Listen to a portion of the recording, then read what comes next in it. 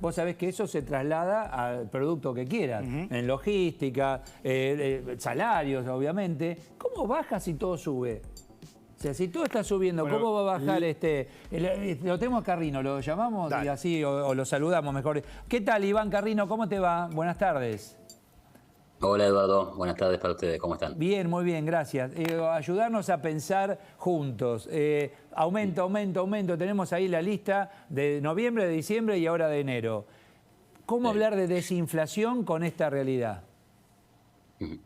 Bueno, lo que pasa es que la desinflación quiere decir que vas a tener menos nivel de inflación del que tuviste en 2022 y la verdad te diría que puede pasar o puede no pasar, pero no es una meta difícil. Estamos hablando de la inflación más alta desde principios de los 90, en épocas donde la Argentina tenía, bueno, claramente hiperinflación. Esto es algo que además se vio en muchos países de la región e incluso en los países del primer mundo, altísimos niveles de inflación en términos históricos, producto de las torpezas que hicieron los gobiernos durante el año 2020 y 2021. Recordemos que venimos de el cierre de la economía por el virus respiratorio y políticas de gran estímulo del gasto público y de la emisión monetaria en todos lados. O sea, y en Argentina también. Lo que pasa es que en Argentina eso se hizo de forma más exagerada, por eso tuvimos un gran salto de la inflación. No sería muy sorprendente que hoy en día, donde respecto de esa época, el déficit fiscal ha bajado, la emisión monetaria para financiar al fisco también se ha moderado, veas un poco menos de inflación. Y déjame abordar el tema que mencionabas vos, digamos, los aumentos que estamos viendo. Los aumentos que se ven son reconocer la inflación en precios que estaban congelados, ¿no? Recién estaba mirando, por ejemplo, la evolución del boleto mínimo de colectivo, y si vos comparás lo que vale ahora el boleto mínimo de colectivo, estamos hablando de 30 y pico de pesos, ¿no? 35 pesos. Con el aumento del 40%, comparado eso en términos reales con marzo de 2019, todavía estás 66% abajo. O sea, hubo un montón de inflación en el medio y el boleto mínimo de colectivo apenas si lo habían actualizado. Entonces, ahí entras en una de dos. O reconozco la inflación para el boleto de colectivo o se me empiezan a romper todos los colectivos. Está bien. Ahora, ¿no? ¿cómo entender esta ecuación? A ver, por un lado esto, necesito aumentar porque están las tarifas congeladas, lo entiendo. Ahí demostraron que gratis no hay nada, que siempre hay que pagar, punto. Del otro lado vos tenés el poder adquisitivo del consumidor. Y en medio de esta situación aumenta el dólar y se deprecia nuestra moneda. ¿Cómo cierra esto para terminar hablando de baja de inflación? A ver, es la forma en que cierra. Vos podés tener menos inflación, no te digo que vamos a la inflación que dice el gobierno, que habla de 60%, o sea, llegar a un 4% mensual parece un poco ambicioso, sobre todo en un año que es electoral, sobre todo en un gobierno que tampoco inspira gran confianza, que no tiene gran credibilidad, y sobre todo en el marco de la necesidad de ajustar ciertos precios, ¿no? Como por ejemplo colectivo, tarifas, ¿no? Hoy leíamos que el 30% de las tarifas de energía van a llegar plenas a los hogares, ¿no? O sea, estamos hablando de que el kirchnerismo, que toda la vida se caracterizó por venderle a la gente que la energía era gratis, hoy un 30% de la población va a pagar el valor pleno de la tarifa. Eso no pasaba hace 30 años. Entonces, tenés que reconocer inflación pasada, o lo que se llama inflación reprimida, y lograr menor inflación. ¿Se puede? Y algo se puede, pero claramente es más difícil hacerlo con todos estos precios atrasados que hacerlo en una economía que ya tuviera los precios sincerados hace más tiempo. No obstante, como te decía, me parece que es posible ver el dólar, un menor Iván, nivel de inflación. sigue subiendo, ¿no? Por lo menos el blue, el paralelo, sube. ¿Qué pasa? ¿Hay demanda, vacaciones? Pues diciembre lo entiendo. Ya enero, contame un poquito, ese arrastre. Mira, ahí pasa algo también interesante. La inflación del año va a cerrar, la de 2022, en alrededor de 95%, digamos, para poner números redondos. y el dólar blue en el 2022 subió 60. Entonces, cuando uno mira también las cosas en perspectiva, dice, bueno, si el dólar sube 15 o 20 pesos, bueno, la verdad, no es extraño, porque en definitiva subió mucho menos de lo que subió la inflación en este último tiempo. Entonces puede subir un poco más. Ahora bien, hubo un factor desencadenante de este último movimiento alcista, que fue esta cosa institucional, esta ida y vuelta del presidente diciendo que no iba a acatar un fallo de la Corte Suprema, lo que en términos institucionales es gravísimo, y después, bueno, tuvo que retroceder en sus pasos, ¿no? Bueno, pero en el medio, la incertidumbre política que genera eso se refugio. traslada a la economía. Vas y te refugias en una moneda fuerte, decís. Exactamente, Ujú. exactamente. Mientras tanto hay emisión, estamos teniendo, porque vos lo dijiste, 2023, elecciones, necesitan en la provincia de Buenos Aires, donde Recordemos sea. que Sergio Massa despidió la semana pasada justamente al presidente de la Casa de la Moneda por este tema, ¿no? ¿Por Por qué? no haber controlado no solamente el tema de emisión, sino además que los billetes, digamos, no damos abasto, entonces imprimen en Brasil, con lo cual además es una erogación de dólares. Ajá. O sea que se sigue emitiendo, no sé, para poder entender quienes están en casa y yo mismo. Si yo tengo muchas manzanas, baja el precio de la manzana, porque sobra manzana en relación a la demanda. Además. Cuando hay muchos pesos, se deprecia, ¿tiene que ver con eso? Pero recontra, sí, sí y sí. Pero ahí hay dos temas, ¿no? A ver. El primero es el más general y fundamental. La inflación de la Argentina está explicada porque se emite demasiado dinero. Ok. Punto, eso es así. Hace 15 o 18 años que tenemos este problema y todos los gobiernos, especialmente los peronistas, en este último tiempo lo han hecho bastante mal. Y hay que decir, y la gestión de Macri, que intentó arreglar el problema en el sentido de la emisión monetaria, sin embargo, financió el déficit con deuda pública y cuando se agotó el financiamiento, el dólar explotó y también saltó la inflación. O sea que hay que arreglar el problema de fondo.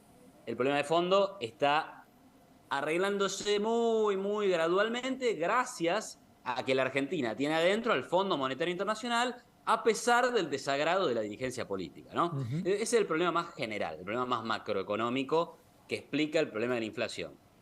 Ahora, el tema Casa de la Moneda, me parece que ahí el problema es, digamos, es muy caro emitir billetes porque se emiten un montón de billetes que compran cada vez menos. Entonces, la solución a ese problema es que tenés que aumentar la denominación del billete. Está descartadísimo, Iván. Hablaba la semana pasada, el billete de 5.000 pesos está descartado, no va a salir en 2023.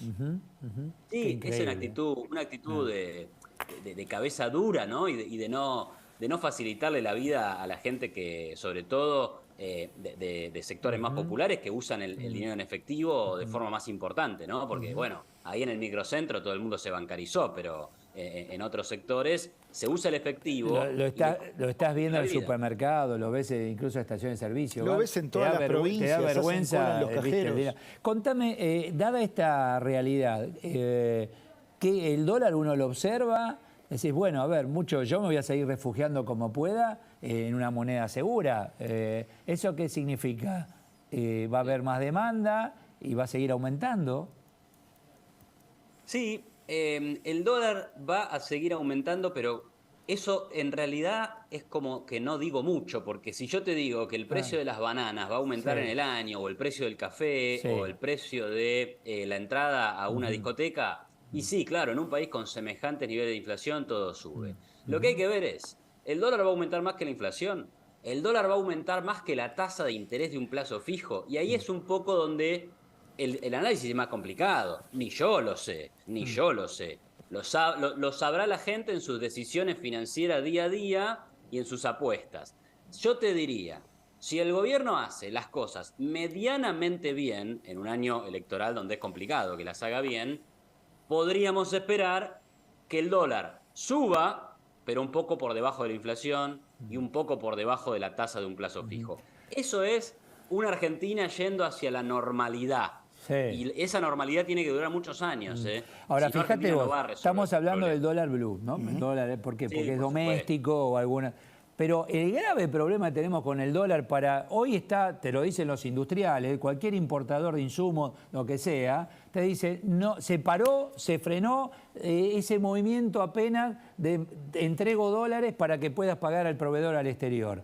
O sea, hasta hace 15 días más o menos venían que te prometían, que te entregaban, que te liberaban, Bueno, se paró nuevamente. Ese sí es un grave problema, entre otros, para la economía real.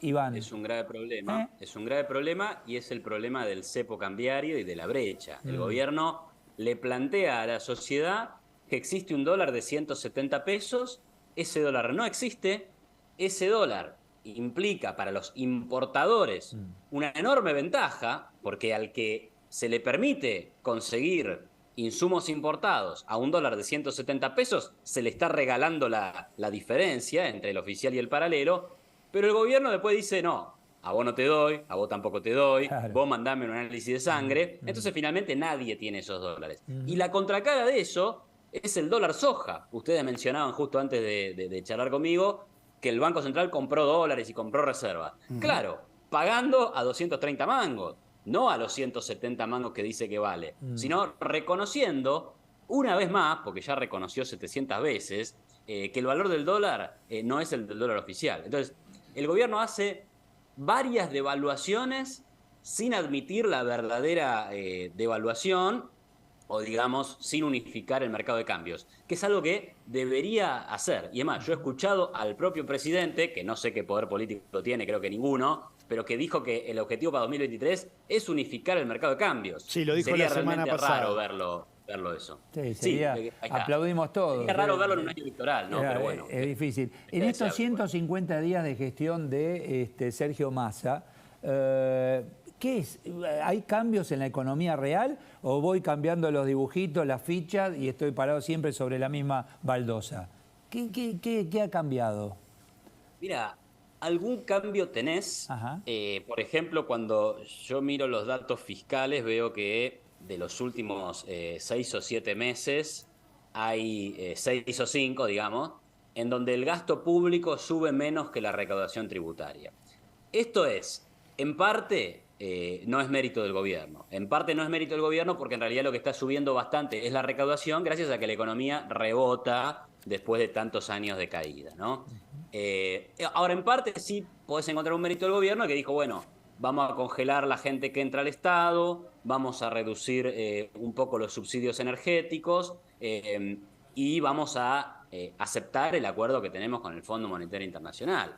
Entonces, bueno, algo ha cambiado en ese sentido, una mayor moderación desde el punto de vista fiscal que ayuda a que esto no se haya desmadrado, ¿no? Porque recordemos que cuando se fue Guzmán, el escenario pintaba bastante... Hablando de ayuda a que esto no se haya desmadrado, contame el rol de la economía informal en la actualidad argentina, porque está en crecimiento. Economía informal no hablo solo toma de personal, hablo de la economía en general. Comprás corbata, no hay factura. Comprás silla para la playa, no hay factura. Comprás camiseta de la selección en la calle. Toda una economía, esa persona compró tela, pagó al tallercito, lo vendió y así funciona. ¿Es el resorte para que esto no esté peor? Sí, bueno, sin duda, sin duda. O sea, si vos tuvieras que cumplir todas las normativas, regulaciones y pagar todos los impuestos que este país exige, digamos, un 30% de la economía, que hoy funciona empleados que están en la informalidad, más o menos un 30%, directamente no tendrían trabajo. O sea, esas empresas no funcionarían. Ese comercio no existiría. Entonces, digamos, el costo sería enorme, enorme en términos económicos y en términos sociales también, ¿no?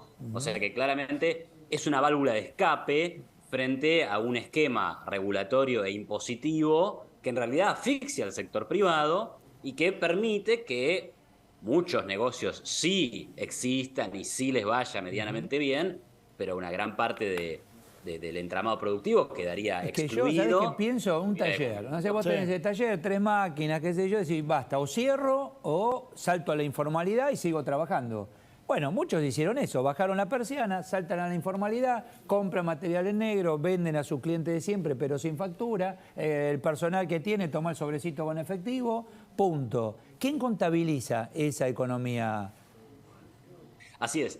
Bueno, mira, eso está dentro de las... El INDEC mide de alguna forma esa economía informal, de hecho mide lo que evolucionan los salarios en el sector informal, mide la cantidad de empleo que hay en la economía, más Claro. allá de si vos estás en blanco o vos estás en negro, y a la larga también mide el valor de la producción. Cuando hace estadísticas sobre PBI, sobre producción agregada, te incluye, más allá de que vos estés en negro, ¿no? Lo que pasa es que estás fuera de los ojos de Claro, la FIFA. entiendo. Eso son Gracias, Iván, que tengas buena semana. Muchas gracias. Igualmente para ustedes. Hasta ¿no? luego, muchas gracias. ¿Me contás un poco el tema Morales, la denuncia, todo lo que ocurrió? ¿Puede ser? Un escrache que se termina